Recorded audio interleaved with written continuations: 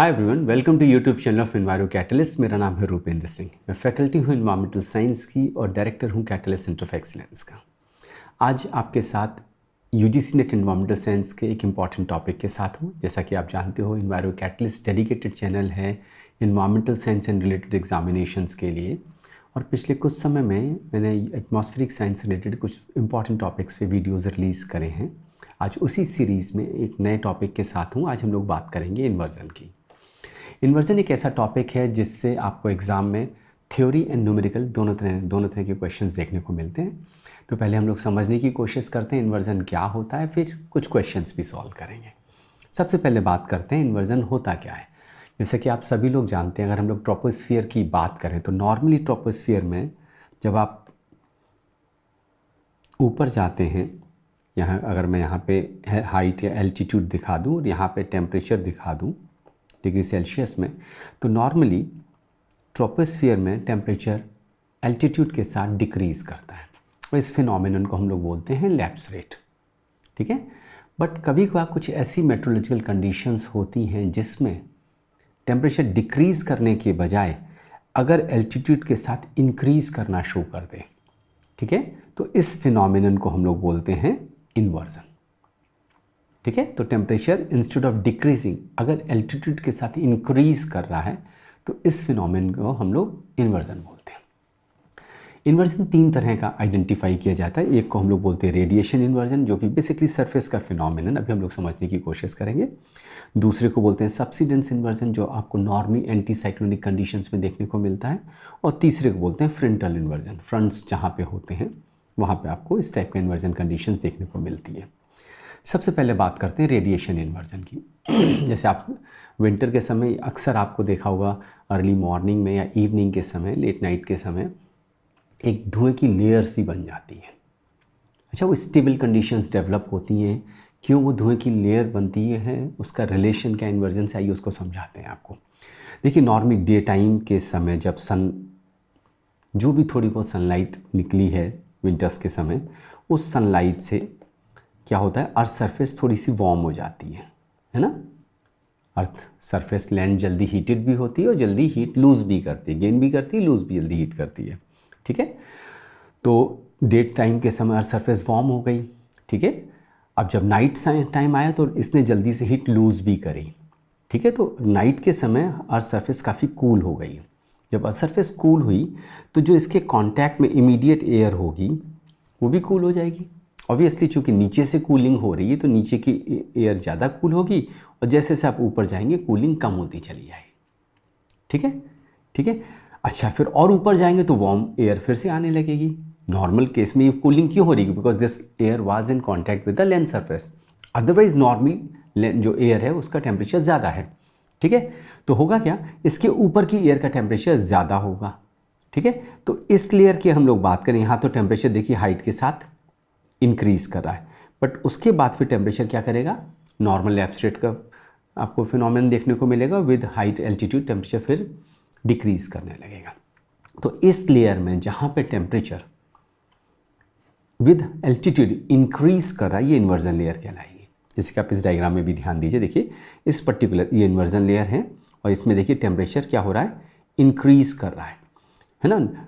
उसके बाद देखिए फिर टेम्परेचर, नॉर्मली अगर टेम्परेचर जो नॉर्मल रेंज उसको हम एक्सटेंड करते तो वो यहाँ पे आता, टेम्परेचर इतना होना चाहिए, बट लैंड सरफेस का टेम्परेचर इतना चला जाता नाइट के समय, जिसकी वजह से इमीडिएट कांटेक्ट वाली एयर जो है वो कूल है और इस तरह से टेम्परेचर बिहेव करता है। तो इस पर्टिकुलर लेयर को हम लोग इन्वर्जन लेयर बोलते हैं। और ये लैंड आप देख रहे हैं सरफेस का फिनोमेनन, ज़मीन के पास का फिनोमेनन है। ठीक है, अगेन फिर देखिए इस लेयर में क्या हो रहा है, टेम्परेचर एल्टीट्यूड के साथ इंक्रीज कर रहा है, उसके बाद फिर से डिक्रीज कर रहा है, नॉर्मल लैप्स रेट जो होता है वो फिर से फिनोमेनन शो कर रहा है।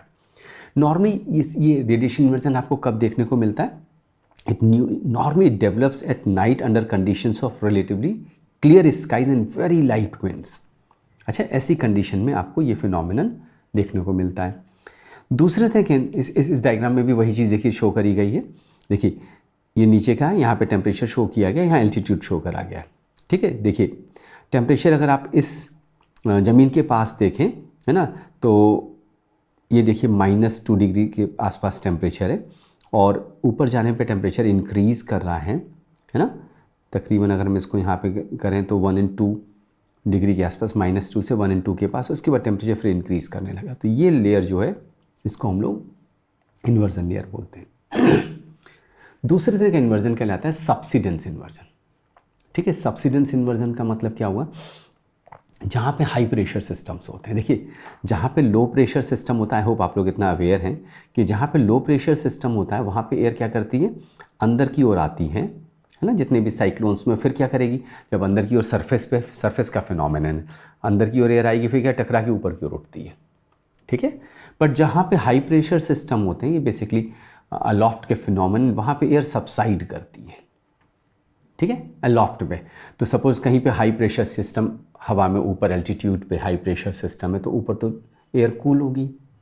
ठीक है, और जब वो एयर नीचे की ओर आएगी तो क्या होगा, उसका टेम्परेचर इंक्रीज़ करने लगेगा, है ना।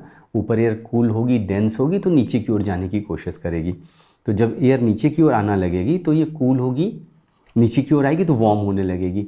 वार्म एयर कैसी होती है, लाइट होती है ना। कूल एयर डेंस होती इसलिए नीचे आ रही थी, और यहाँ नीचे आते आते एयर वार्म होने लगी। वार्म होने लगी तो लाइट होने लगी, हल्की होने लगी, हल्की होने लगी, अब ये नीचे फर्दर नहीं जा पाएगी।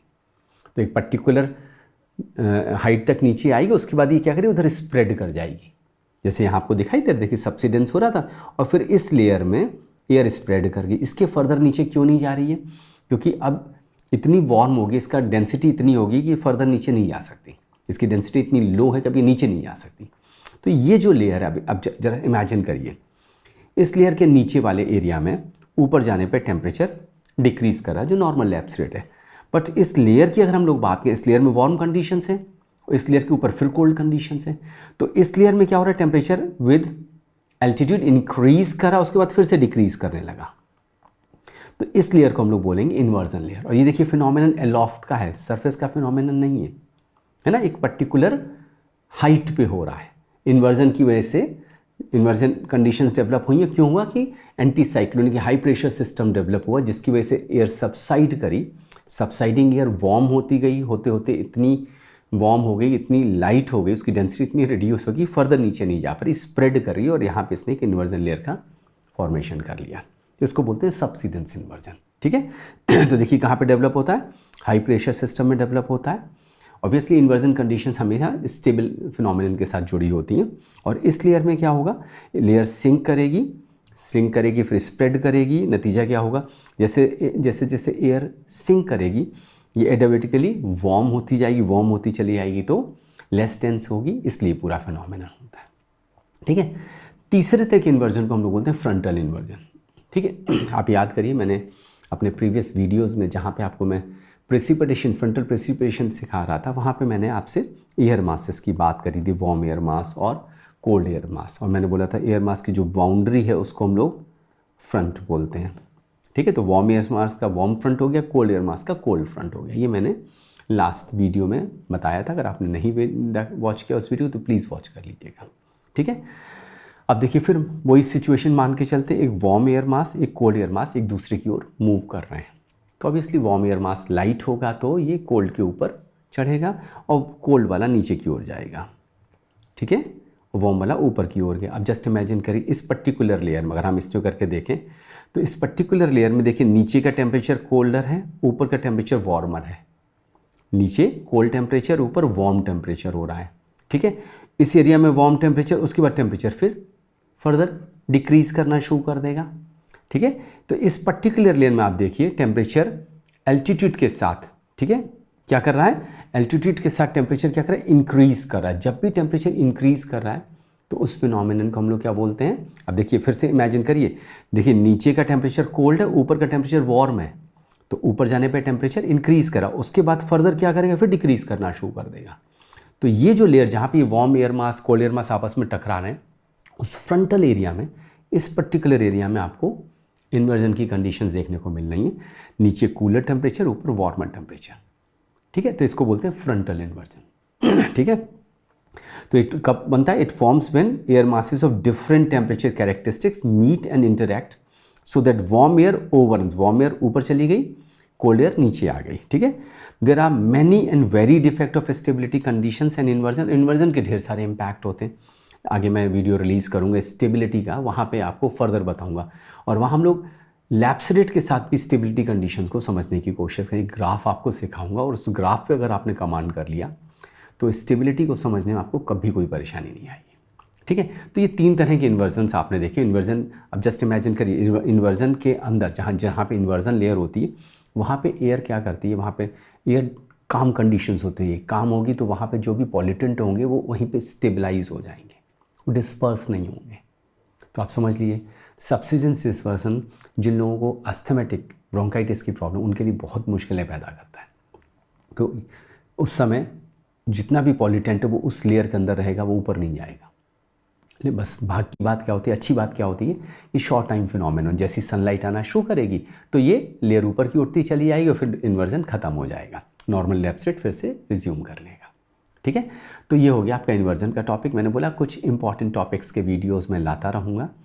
यूनिट 1 के ऊपर अभी मेरा फोकस है बेसिकली एटमॉस्फेरिक साइंस में। मैं कोशिश करूँगा इन सारे टॉपिक्स पे वीडियोस लेके आऊँ जो यूनिट 1 में एटमॉस्फेरिक साइंस को बिलोंग करते हैं। उसके अलावा अगेन मैं हर वीडियो में आपसे बोलता हूँ कि ये सारा कंटेंट आपको मेरी बुक में मिलेगा।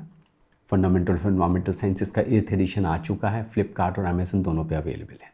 ठीक है, तो आप उस बुक में ये जो कुछ भी मैं टॉपिक पढ़ा, जो स्लाइड्स में आपको दिखाई दे रहे, जो डायग्राम्स दिखाई दे रहे हैं, everything is in that book. ठीक है, आप समझ सकते हैं कि उस बुक से आज अगर 8th एडिशन में तो आप लोगों के सहयोग की वजह से ही है, और मैंने इस एडिशन बहुत सारे नए टॉपिक्स ऐड किए। एक और चीज़ मैं बोलना चाहूँगा कि प्लीज़ इन वीडियोस को लाइक ज़रूर करिए, शेयर ज़रूर करिए और लोगों से बात करिए, उनको बताइए कि कैटलिस्ट के जो इन्वायरो कैटलिस्ट के यूट्यूब चैनल, उस पर बहुत सारे अच्छे वीडियोस पड़े हैं इन्वायरमेंटल साइंस स्टूडेंट के लिए। और मैं बोलूँगा कि अगर आप UGC नेट इन्वायरमेंटल साइंस की तैयारी करें, इस चैनल पे आपको बहुत कुछ आपके मतलब का मिलेगा। चलिए, thanks for watching this video. जल्दी एक नई वीडियो के साथ आपके लिए आऊँगा। Thank you.